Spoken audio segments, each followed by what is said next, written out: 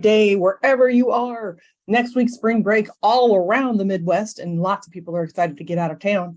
But today, we are going to be here talking about our last mistake that we see people make, making a rambling message. And it's so super timely because if you are around in the Midwest, a lot of places are kind of midway through their legislative session. So some places have what we call a funnel in Iowa, where it actually cuts off certain things that can't be alive anymore and start whittling down the process of things that are going to be passed this year. And so having a message that resonates is really important because right now is the time that people are listening to you for feedback. And so today we're going to talk about a rambling message, which is mistake number 4. We've been doing mistakes all month. But before we get too far, I want to give you a couple of inside tips. First of all, if you are looking for a policy party, we are going to push that back about a month. We're going to do that in April instead of starting next week. And that's due to lots of reasons. But one of the great reasons is because we're going to offer 2 tracks in the policy party, one for community and for workplace policies, and one for personal growth policies, because in a lot of ways they're the same. And I'm going to show you how they line up, but there's going to be different opportunities there. So if you're a person that isn't sure if you're ready to want or even interested in doing public policy, and maybe there's some things in your own life, in your own home you want to deal with first, hey, check out our policy. We're going to have brand new stuff. And so to do that, we pushed it back a month to make sure we have the best product for you, and it's free. So you're going to want to save those dates in April, starting on the 10th. For 5 days, and we have prizes, lots of fun. So if you are looking for that and you want to either talk about community or work, because that's going to be right after the second funnel, ready to get bills passed, or if you're somebody that needs work yourself on your own things and you're like, I don't know how to do that, this is going to be for you. So see you then. I want to first say thanks to everybody that always comes, whether you're live or whether you are in replay. And Lisa's always on replay. Tanya's always on replay. Peggy checks out replay. Thank you so much. But one thing you could do for me is if you have found value at all in this group within this next month, could you invite friends and bring them into the group? That is something that Tanya has done. That is something that Jamie has done. And so that's the best way you can say thank you. So invite people in because we're going to make this group as big as we can to really launch well in April, talking about our own personal growth plan or a personal policy plan. You're going to have 2 opportunities in that policy party, and we don't want you to miss out. So please join in, bring your friends. So my name is Renee Schulte. I'm a mental health clinician. I have been a legislator, a consultant, a bureaucrat. I've seen policy from all angles, and I work a lot on my own personal habits and my own personal policies, which is why I'm so excited about making healthier policies, because you can be healthier in your own life and across the system. And the way we do that is we talk about things that make a difference, and we talk about those here. So if you're here, you're a change maker, you're a person that cares about policy, you're a person that cares about how healthy the world is in your home and around you. So we are so grateful you're here. So to recap, where have you been this month? We've been talking about 4 mistakes that people do oftentimes in policy. And if you want to go back, some of those have been pre-recorded, some of them are live, but they're all available to you if you're in our group on our guides page. If you're not available in our group, but you are interested in knowing more, we have a YouTube channel that nobody really knows about, but it has some of this information, or this has also been posted live into LinkedIn that you could find it there. So if you're somebody who wants to get more information about these mistakes we've been talking about, hey, just put that in the chat and we'll be sure to hook you up with the best way for you. It may not be Facebook for everyone, right? So there are recordings. We'd love to get those into your hands. So put that in the chat. But before we get started, let's talk about what are the big mistakes that I see all the time in policymaking, whether it's at home or at work or in the community. What are those? We've been talking about them all month. 1, we want to change everything all at once. This happens in January when you try to set goals or New Year's resolutions, right? We can't just think of one thing we want to change. We want to change 12 things. And then by February 3rd, we change nothing, right? Same thing happens in the public sector. People come in with all these ideas because things are so messed up. Well, people get overwhelmed. They don't get changed. So we talk about first and foremost to narrow down what the priorities are and find that lead domino. You're looking like a set of dominoes set up. Which one's at the front so that if you hit it, they all fall down? That's the one you're looking for. We talk about that here. The next one is they skip the research. Boy, do I have a great example of this just from last week. There is a bill that passed through the funnel, and it is about the process related to clemencies and about people getting their rights returned to them, which is a very important process. But I can tell by the author, they have not one idea how the process works. So they have moved a bill forward that absolutely will do nothing to actually fix the problem because they didn't take time to do the research and connect those dots. That's a big deal. Make sure you don't waste your time because there's no good reason to pass laws that actually don't fix things, right? Or make things worse. That's really bad. So figure out what it's going to do before you move it forward. It'll save you a lot of time and your friends. 3, want to be a lone ranger, do it all by ourselves, right? So many people care about what you care about. How do we connect to those? We talk about those things here. But today, the 4th, and it's going to be the last one of this series, is talking about our rambling message. Sometimes we just don't know what to say. We finally get that opportunity. Wendy, who's been part of our program, she just got back from a trip to DC and had some big meetings. And I can't wait to hear from her because I bet she had a message that made sense and that resonated because she was working on a really important issue to her and her family and got to go to DC in a group to talk to people in power that can do something about it. And so I cannot wait to hear more about that. But those are the types of things we're talking about here. When you get the opportunity in front of the school board, in front of the city council, in front of your friends and neighbors, and shoot, in front of your spouse or your significant other, and you want to make a case for something to change, do you know how to make a message that lands? Well, a lot of people don't. And this mistake is costly. Because what you don't understand is you don't always get a second chance to make that message. And we always talk about you don't get a second chance to make a first impression. That's true. But if you make a bad pitch or you're just rambling all over the place, you may not get a second chance to talk to that person again. Sometimes that's by design, and sometimes that's just out of necessity. So I recall being in the State House myself, and there'd be people that would come up to me and want something. But if I left the message having no idea how I could help, and I had no idea what they wanted, and I had no idea of a solution, do you think that really made me want to talk more about it next time they wanted to talk to me? No.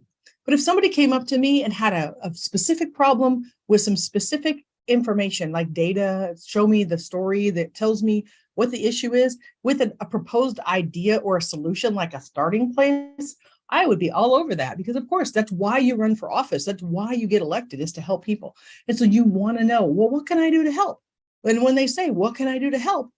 You better have a good answer. And if you're part of this group, we're going to make sure you do, because when you get asked, what could we do to help? What are your solutions? Bring us your solutions, which is happening all the time right now. Do you know what those are? And if the answer is no, then are you really ready to be out talking about your issue, right? That's what we need to be thinking about here. So here's some tips. If you want to get a message out that actually is going to resonate, that people are going to want to hear, we're going to talk about 4 things that you can do. First, you have to start with your story. Nobody can fight your story.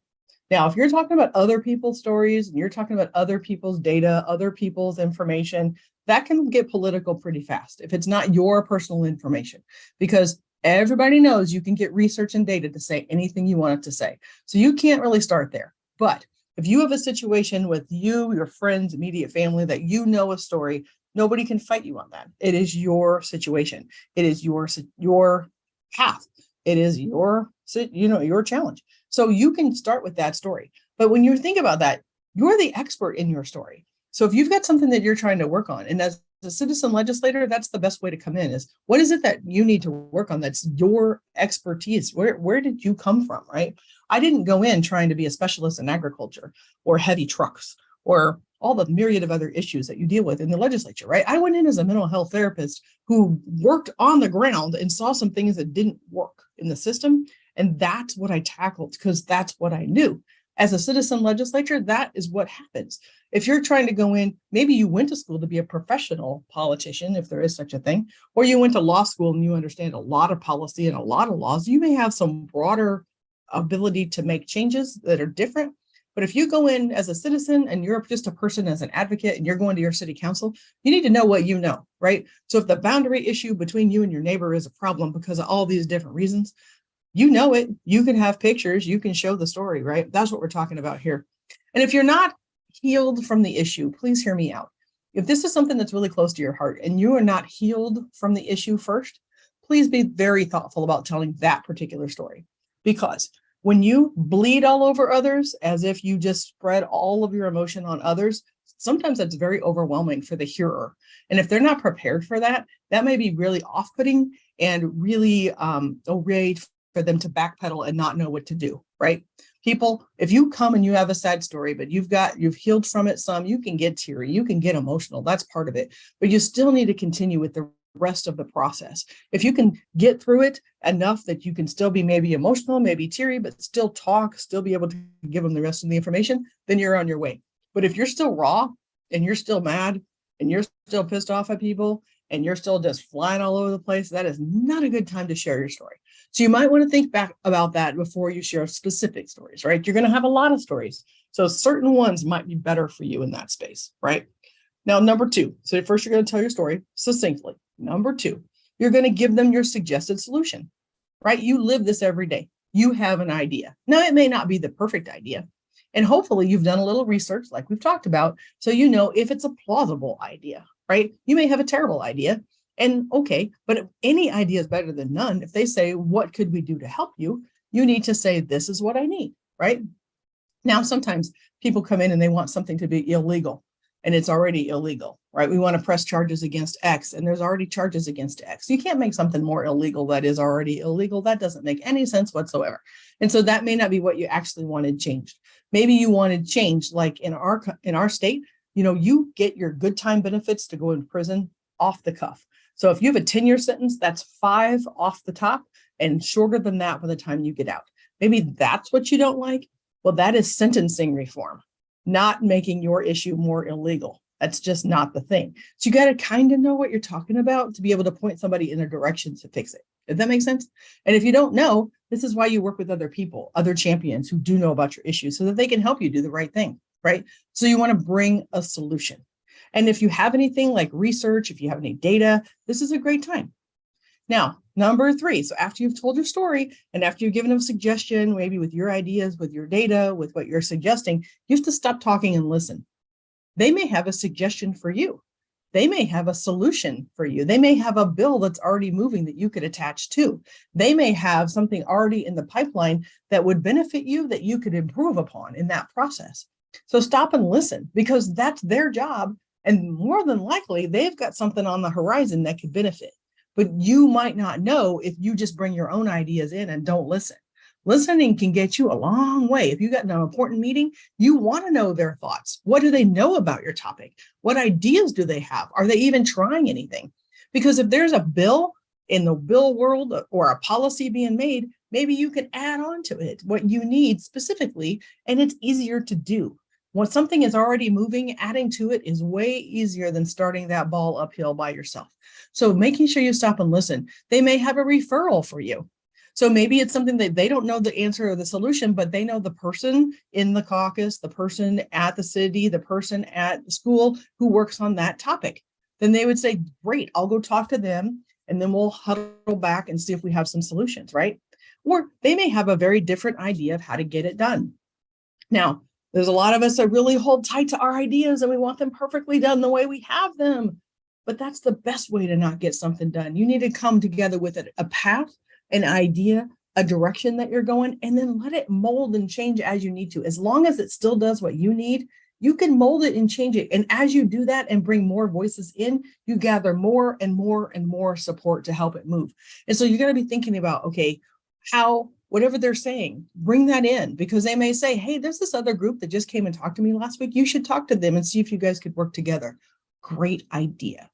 And then 4th, after you've told your story succinctly, after you've given them their solution and your idea, then you're going to listen. And the last thing you're going to do is thank them because no matter what they say, thank them for the opportunity. Thank them for coming out to meet with you. Thank them for replying to your email. Thank them for their time because they didn't have to. And the thank you will get you a lot further. If you're thankful for them and thankful for that, what they did do for you, there's more likely they're going to be willing to do it again, right? And the goal is not just one meeting. You don't just want a one and done. You want to be able to be part of that cycle so that you can hear if there is something going on. You want to be invited back because maybe your ideas can help improve it, right? And to do that, you need to build a relationship. So you have to be thankful. And that may sound like a lot, and sometimes it is. Because one of the hardest things sometime in life is to be effective in your communication. It's not easy to get something you're passionate about out to people in a way that is succinct and understandable. It's just not. So you might need to get some help in this area and actually think through what it is you want to say. There is nothing wrong with actually having written notes so that you can hit your top bullet points. Heck, when I go to the doctor, I do that. I have so many questions I thought of. And the last time I was there, I forgot something that was kind of important, but it was down lower on the list.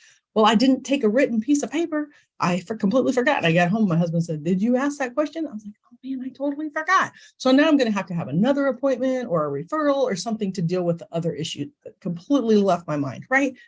Common, happens all the time, happens to all of us. So when you're talking to somebody, make sure you have the big points you want to make sure you get down so you don't forget them, right?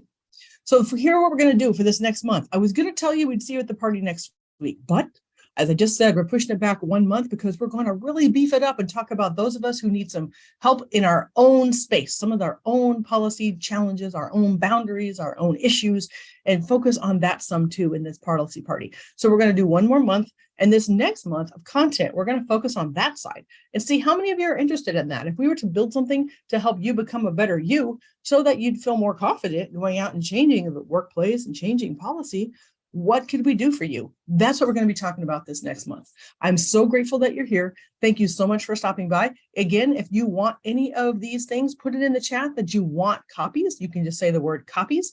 We will make sure that you know exactly how to find them, whether it's on Facebook or LinkedIn or YouTube or whatever you need to make sure you can follow along as we learn things. Thanks so much for stopping by.